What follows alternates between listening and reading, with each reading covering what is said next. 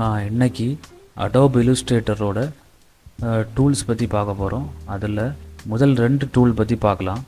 அதில் 2 டூல் இருக்குது, selection tool அப்புறம் டைரக்ட் செலெக்ஷன் டூல். இப்போ நம்ம சாஃப்ட்வேரை ஓப்பன் பண்ணிக்கலாம்.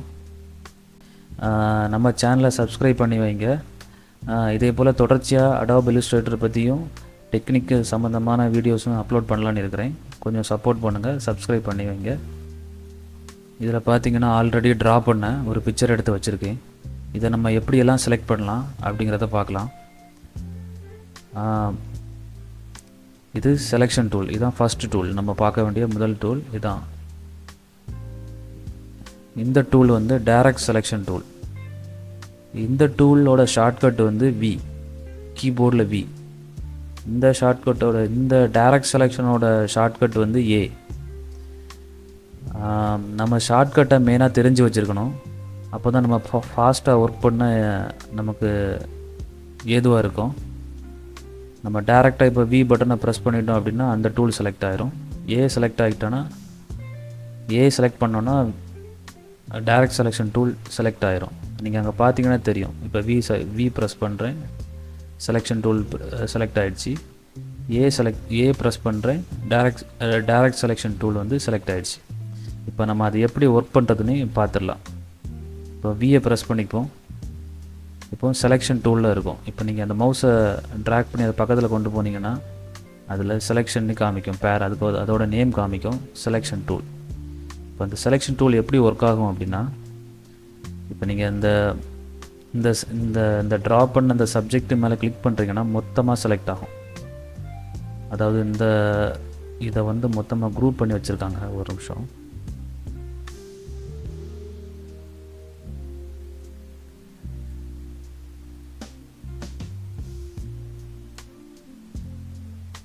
இப்போ அந்த செலெக்ஷன் டூலை பாருங்கள்.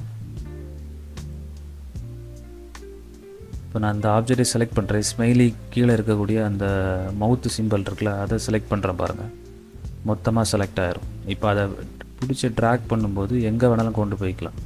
இதுதான் பேசிக்கான செலெக்ஷன் டூல். அதே போல் எந்த இதுனாலும் செலக்ட் பண்ணிக்கலாம். எப்படி இதுலேருந்து டைரக்ட் செலெக்ஷன் டூல் எப்படி டிஃப்ரென்ஸ் வேரி ஆகுது அப்படின்னா, இப்போ பாருங்கள், ஏ ப்ரெஸ் பண்ணிக்கலாம்.